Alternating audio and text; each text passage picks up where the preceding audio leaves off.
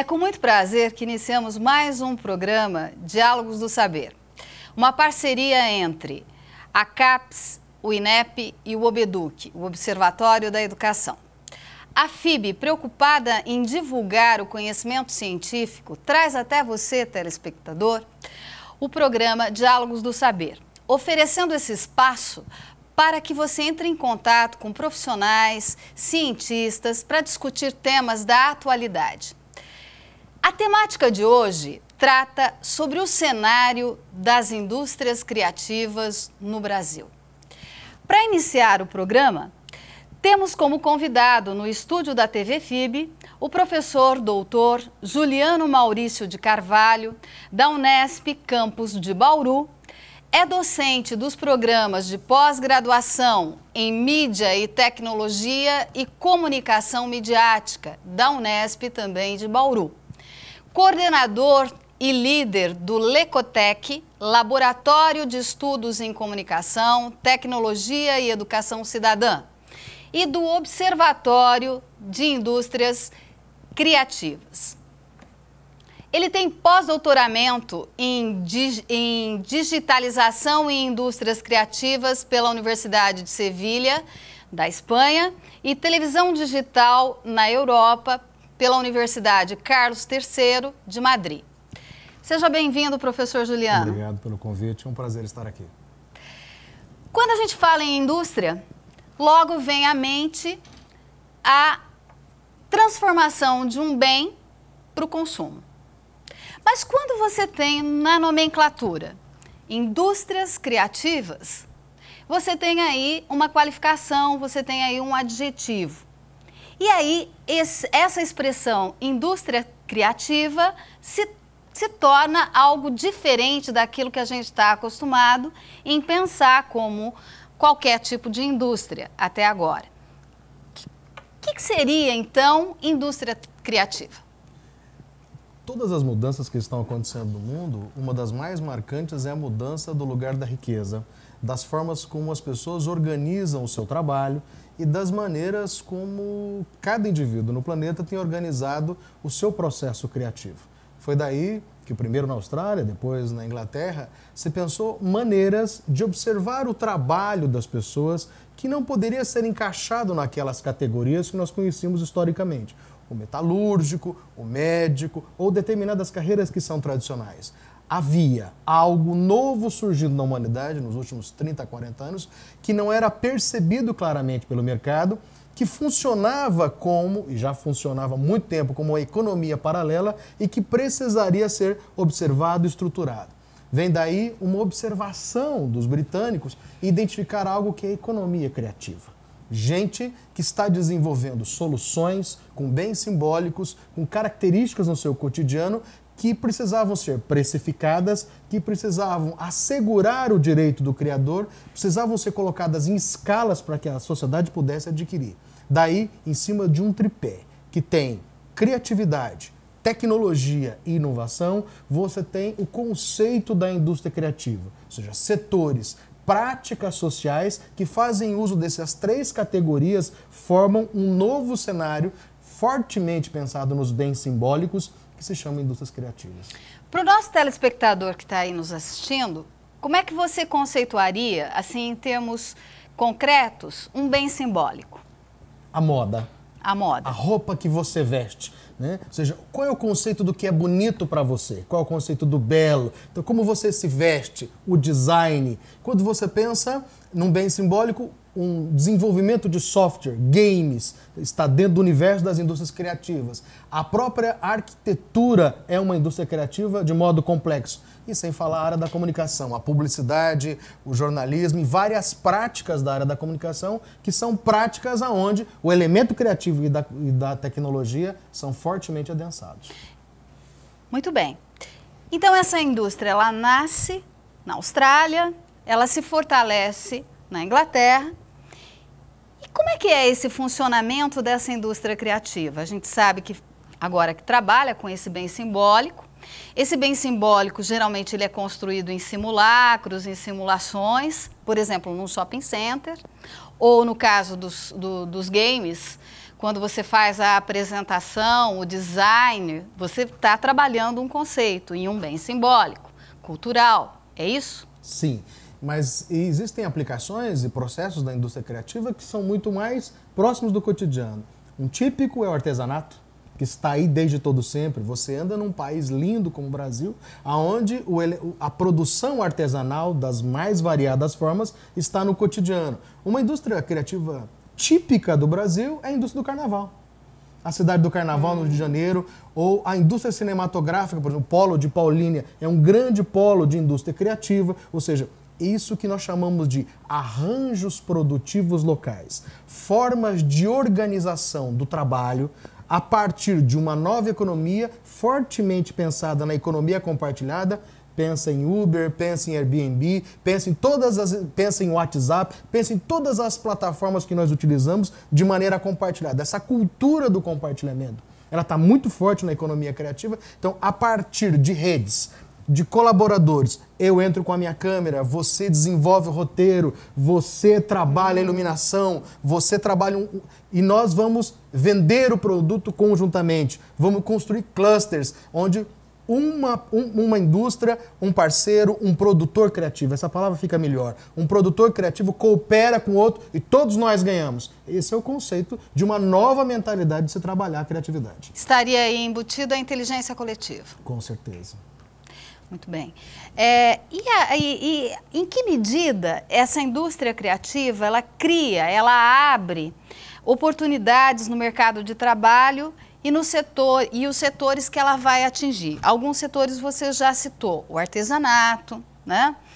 A moda, softwares, o que mais que teria? Olha, primeiro, dois dados importantes. As pesquisas mais recentes sobre o mercado da indústria criativa no Brasil designa que 8% do trabalho brasileiro já está centrado no universo das indústrias criativas. É um percentual alto, pra você imaginar que é uma nova classificação. E 10% da população economicamente ativa do país já está dentro das indústrias criativas, o que é outro indicador muito significativo. Muito bem, por quê? Porque, obviamente, se você quiser olhar de maneira antagônica, a indústria criativa, por assim dizer, estaria em oposição à indústria tradicional. Formas alternativas de organizar o processo de trabalho, o processo de produção, o processo de criação e de remunerar esses profissionais, que é distinto de você arrumar um emprego numa indústria, numa área de serviços tradicionais e assim por diante. Então, o crescimento desses setores vai denotando isso. Por isso, vários setores vêm sendo agregados. A própria música tem setores alternativos que estão envolvidos no universo das indústrias criativas. Você tem, dentro de toda a indústria de tecnologia, não só de game, vários produtores que estão envolvidos no universo de indústrias criativas. E, assim, cada vez mais, o pensamento das startups e do mundo de cowork, do desenvolvimento, de trabalho colaborativo a partir de soluções inovadoras, é o terreno fértil das indústrias criativas. Muito bem. Quais, então, seriam as qualificações que um profissional hoje, né, deve ter para atuar, ou para entrar, ou para adentrar dentro desse mercado da indústria criativa? Porque, por exemplo, você pode estar fazendo um curso de graduação em design. E aí o mercado de trabalho, ele muitas vezes se encontra saturado, ou muitas vezes a forma como as tecnologias presentes no dia a dia acabam fazendo com que aquele acadêmico, quando sai da graduação, ele já não está mais antenado com alguma coisa que já mudou, porque é muito, digamos assim, é muito rápido todo esse movimento, né? Como esse profissional, ou aqueles profissionais que já estão no mercado, eles poderiam entrar dentro dessa nova economia criativa? Perfeito. Gina, talvez um elemento importante seja observarmos assim, o segredo disso tudo está, em primeiro, quem é um produtor criativo? Todo mundo é criativo, né?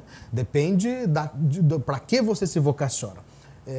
Existem cases recentes que são maravilhosos de gente que está construindo trabalho com economia criativa a partir da potencialidade que o WhatsApp desenvolveu.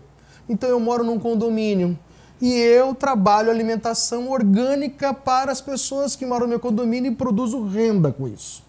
Eu trabalho atividades culturais com crianças no meu condomínio e produzo renda dessa forma. Acontece que essa mediação, essa atividade não seria possível se o WhatsApp não existisse, se eu não tivesse o universo das tecnologias. Começa com a internet, passa pelas mídias sociais de um modo geral, que fortemente é uma vitrine importante, mas qual é o segredo? Se você pensar que é uma década, a 2 décadas, para você comprar uma câmera de vídeo, para aquela que vai trabalhar, o pessoal que trabalha com produção de roupa, o conceito da costura e dando um pulo para o design é muito diferente de moda. Ou seja, essas competências unificadas hoje são objeto de vários estudos da área da psicologia do trabalho, porque a psicologia do trabalho está sendo desafiada a pensar quem é o profissional que tem essas competências. Porque para alguns produtos criativos, o jovem que desenvolve, tem habilidade com o computador, com o seu notebook, com o seu tablet, com o seu smartphone, interage muito nas redes sociais, teria 30% das competências para se estabelecer no mundo da economia compartilhada. Ok? Acontece que o elemento da criatividade vai variar muito para um determinado setor. Eu tenho traço, eu sou estrategista, eu trabalho bem com a venda em escala. Eu consigo fomentar estratégias de merchandising ou de marketing no meu cotidiano. Então são competências muito variadas. E aí o que eu acho que é mais bonito nessa experiência das indústrias criativas é que essas vocações, essas características que as pessoas têm, sempre ali estiveram, né? Eu acho que um fenômeno muito recente para mostrar como é que o talento criativo sempre esteve, de alguma maneira, escondido na sociedade, no mundo, mas na sociedade brasileira, é observar o fenômeno dos YouTubers. Sim. Ou dos gamers. Se nós observarmos o fenômeno que isso representa, né? Claro, de novo, alavancado por uma tecnologia, alavancado por uma plataforma, por exemplo, que é o vídeo sob demanda, YouTube e outras plataformas, mas o que que isso mostra? Eu sou criativo, eu ligo a minha câmera, estabeleço um canal, crio uma empatia e aqui está o segredo. Crio renda. Este é um argumento importante. Por isso uma economia criativa, porque ela te possibilita o universo da renda. E aí entra a questão da inovação. E aí entra a questão de pensarmos assim, a criatividade, ela não é algo que baixa lá, vamos brincar um pouquinho, baixa o Divino Espírito Santo. Sim. E aí você sai criando, sai inovando. Eu me lembro que tem um autor russo que diz que criatividade é aliar habilidade com técnica. Muito bem. Então, se pensar que criatividade é você unir habilidade e técnica, e se pensarmos que nós estamos dentro de um mundo tecnológico e em mudança, inovar seria a capacidade que qualquer um tem de enfrentar os desafios, a coragem de enfrentar os desafios, seria o ponto-chave? Eu gosto da ideia de que muito do que está se pensando em matéria de criatividade hoje tem um pouco a ver com a palavra ressignificação. Então, eu gosto de dar alguns exemplos clássicos. Quando a gente pensa no Uber, nós ainda não temos em Bauru, mas enfim, isso tem em várias cidades do mundo, o carro sempre esteve ali. O motorista sempre esteve ali e a rua pavimentada sempre ali esteve. A lógica de organizar um mecanismo de contratação de um serviço utilizando as pessoas que já tinham seu veículo e criar isso uma forma de renda fundamental ou complementar é o elemento da economia criativa. Uma outra, também pensando no mundo do transporte. E aí, nesse sentido, é a habilidade de se observar aquilo que é cotidiano, que é comum. E detectar aquele nicho de mercado. Por exemplo, tem uma experiência recente de criatividade na cidade de São Paulo, desenvolvimento de aplicativos, esse é um universo vastíssimo dessa área, os apps. Alguém foi lá e detectou. Vou fazer a compra no supermercado para você via aplicativo. Isso não é novidade, isso é muito antigo. Mas onde está a inovação? A inovação estava. Você faz a compra pelo aplicativo, eu faço a compra para você no seu bairro e te entrego no máximo em 2 horas. Qual é o segredo? O segredo é que a empresa, os criadores, os produtores criativos daquele aplicativo descobriram que tinha uma capacidade instalada no bairro e que era ociosa, que eram os mototaxistas. e que, uma vez treinados e capacitados, os mototaxistas fariam a compra no mercado mais próximo, com que você negociaria em escala com os mercados, você conseguiria um preço mais baixo, habilitaria um segmento de mercado que tem vários períodos de ociosidade ao longo do dia, que são os mototaxistas, e resolveria um problema do cotidiano para quem precisa fazer a compra e que ela seja entregue em 1 a 2 horas na sua casa. Essas soluções é que estão mudando o mundo, estão criando coisas. Isso é o desenho da criatividade. As pessoas, cada dia que passa, querem mecanismos que facilitem, que organizem a sua vida, que estabeleça para você uma possibilidade simbólica, um aplicativo, um contato que encurte as distâncias. Olha o fenômeno que se chama o Tinder. Sim. Ok? E os aplicativos de relacionamento que você tem nas redes sociais.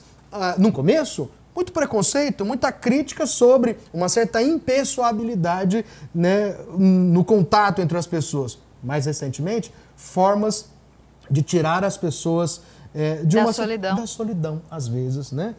Respeitando a solitude que qualquer um possa ter. Você sabe que um empresário uma vez me disse, numa entrevista, que eu trabalhei antes do Tinder, na internet a gente tinha aqueles sites de relacionamento, Badoo, tinha um outro lá que eu me esqueci o nome, e numa das entrevistas, esse empresário, ele me disse que porque o questionário funcionava assim: por que você vai num site de relacionamento se você é um empresário e tem um acesso a pessoas? Ele diz: porque dentro do site de relacionamento eu tenho a possibilidade de analisar sem ter a necessidade de ir para barzinhos e de acomodar as minhas necessidades àquilo que eu quero, né? Então, há um encurtamento de distâncias, há uma solução de problemas que antes não existiriam. E depende da forma como cada um utiliza essa tecnologia também, né? Eu acho que assim, não estamos aqui estigmatizando os relacionamentos, mas quando você olha para aplicativos, por exemplo, como os aplicativos de aluguel de casas de temporada, como, por exemplo, Airbnb, que coisa extraordinária, né? Você ter a possibilidade. Quantas pessoas ao longo de uma história tiveram imóveis ociosos? Então, de novo, estamos sempre trabalhando com os imóveis sempre estiveram ali. Sim. Ok? As pessoas sempre tiveram um desejo de ocupar, né, experiência. Pega experiências ao redor do mundo de pessoas, às vezes aposentadas. Que vão viajar. Que às vezes alugam um quarto da casa. E há vários depoimentos de pessoas que dizem assim, olha, até coloca uma faixa etária, assim, às vezes casais, mas o aplicativo, além de renda, trouxe uma sociabilidade, né? Eu vi depoimentos de senhores e senhoras dizendo assim, eu preparo pão caseiro para o café da manhã toda vez que eu recebo alguém, e aquilo é um gesto de gratidão com a vida, eu conheço pessoas. Então, a ideia de que a tecnologia, a inovação e a criatividade está mudando completamente o ecossistema das maneiras como nós construímos as coisas. Acho que essas experiências ilustram um pouco isso. Dentro da realidade socioeconômica que o nosso país vive, quais os exemplos de indústria criativa que você poderia nos dar que deram certo, que emplacaram aqui no Brasil? Olha, há vários. O projeto em São Paulo que lida com a questão das festas populares e mesmo dos bailes funks é uma experiência muito interessante. Você organizar manifestações culturais a partir de aspectos criativos, né? Você tem um mapa da criatividade na cidade de São Paulo muito interessante a partir de polos de cultura. A experiência do polo cinematográfico de Paulínia que eu mencionei há pouco. A experiência do carnaval e de algumas festas populares do Nordeste do Brasil que já são organizadas como uma indústria criativa onde profissionais das mais diversas áreas têm colaborado. Agora, seguramente as experiências mais ricas do Brasil, de indústrias criativas, isso está no mapeamento, quando foi criada a Secretaria da Economia Criativa, foram as experiências dos pontos de cultura. Né? Aquele projeto inaugurado durante a gestão do Gilberto Gil, que de fato estabeleceu a partir da comunidade, a partir de você inserir na comunidade a tecnologia, o acesso à rede de alta velocidade e dizer para a comunidade, utilize esse ponto para produzir cultura, estabeleceu nichos de produções independentes interessantes Brasil afora. Há várias experiências em várias cidades brasileiras a partir dos pontos de cultura. Quais que seriam, por exemplo, os investimentos, os recursos tecnológicos e físicos que seriam necessários para a gente implementar uma indústria criativa? Por exemplo, alguém que mora em Bauru, trabalha em São Paulo, pode, de hoje para amanhã, habilitar o seu carro para um BlaBlaCar, por exemplo, e entrar numa economia compartilhada, onde você vai fazer o percurso, você oferece a carona, entra no serviço, você tem renda suplementar. O que eu quero dizer assim, a pergunta é sempre o seguinte, o que é que você tem no seu entorno do seu cotidiano? Ou seja, é a carona que você pode ofertar? Hoje existem, por exemplo, várias iniciativas de compartilhar coisas que você tem na sua casa. Eu tenho chave de fenda. Eu compartilho a minha chave de fenda e tem renda complementar sobre isso. Então, assim, e aí tem um conceito de humanização bem embaixo desse debate da economia compartilhada, que é lindo, né? Nós não precisamos sempre do novo, nós não precisamos eu ter um, você o outro ter outra coisa. Então, há muitos bens que estão colocados na sociedade que podem ser compartilhados. Eu acho que o nosso domínio na área da comunicação, claro que seriam os bens simbólicos, que é desenvolver o conteúdo, que é compartilhar informação, que é compartilhar mensagem, que é desenvolver conteúdo para as mídias sociais. Eu me lembro de um case, de um projeto que eu ajudei a orientar, de uma jovem que dizia, olha, a minha habilidade é fazer joias artesanalmente, né? Semi-joias, etc. Mas eu não sei como alavancar isso. Então, assim, se juntou a alguém que desenvolve com muita habilidade um site, né? Com design, jovens estudantes que trabalham com isso, e uma galera que trabalha com publicidade e marketing, e essa jovem, em 6 meses, vendia para o Brasil inteiro. Criou renda e sustentabilidade para o seu negócio. O que é que você faz bem?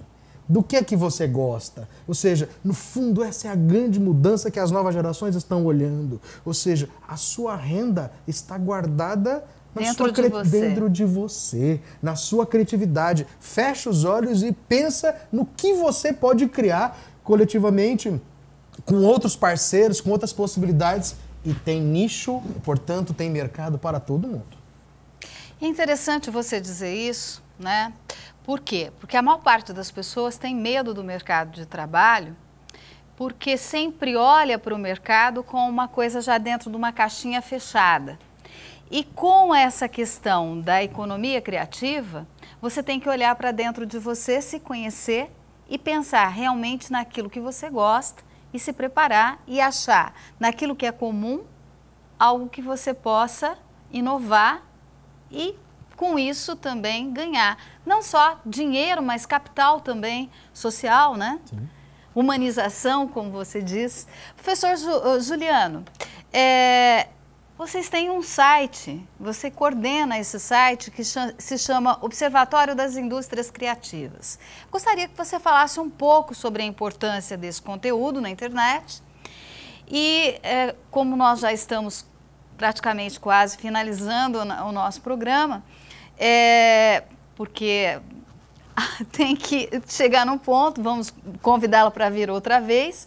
Eu gostaria de, além de você falar um pouco sobre o Observatório das Indústrias Criativas, falasse um pouquinho para nós quais as dicas que você daria para as pessoas e para os interessados nesse campo da indústria criativa, nesse campo da economia criativa, como que as pessoas que querem se especializarem nesse campo de trabalho, quais as dicas você poderia nos dar? O Observatório de Indústrias Criativas é um site, um projeto que nós desenvolvemos na Unesp.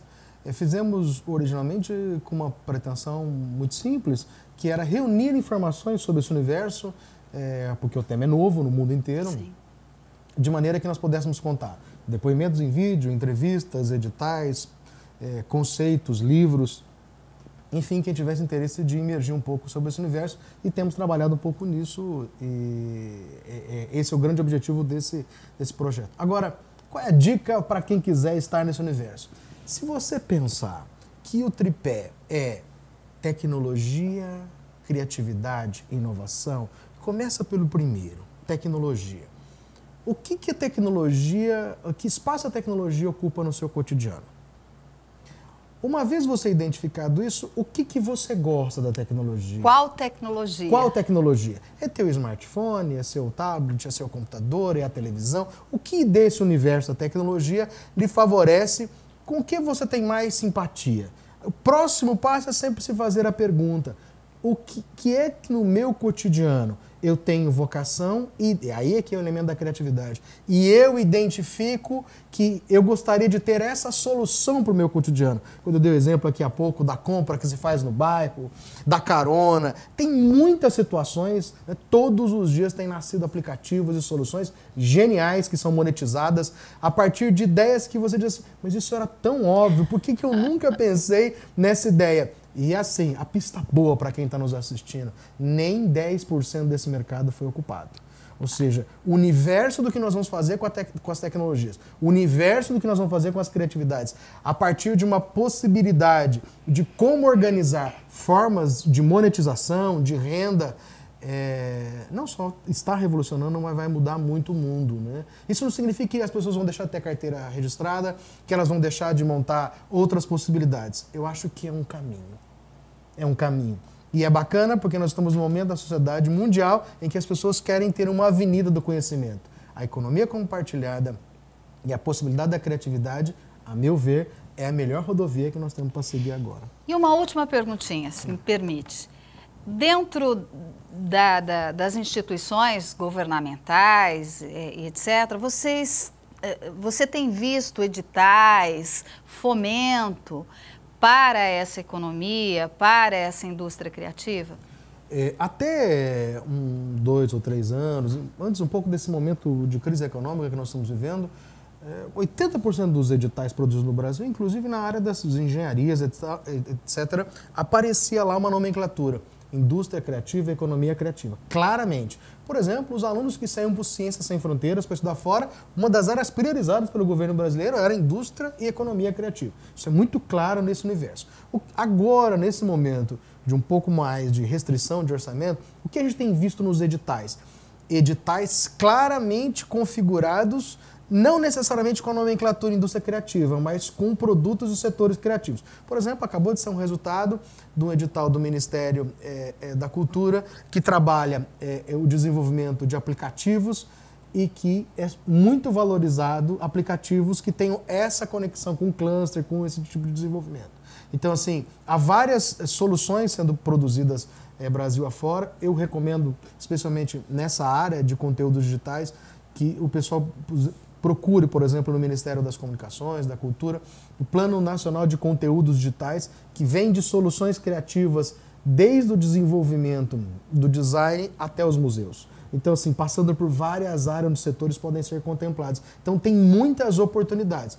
E fora do Brasil, então, esse debate é um debate em crescimento e as oportunidades são enormes. Professor, o senhor poderia passar para a gente seu e-mail, se alguém quiser entrar em contato? O endereço do Observatório, o e-mail do Observatório é oicriativas, tudo junto, @faac com 2 As, cebola.unesp.br. Muito obrigada pela sua presença aqui. O senhor voltará mais vezes para darmos continuidade ao programa. E hoje o programa fica por aqui. Sugestões, dúvidas, entrem em contato com o e-mail reginamomesso@uol.com.br. Até mais.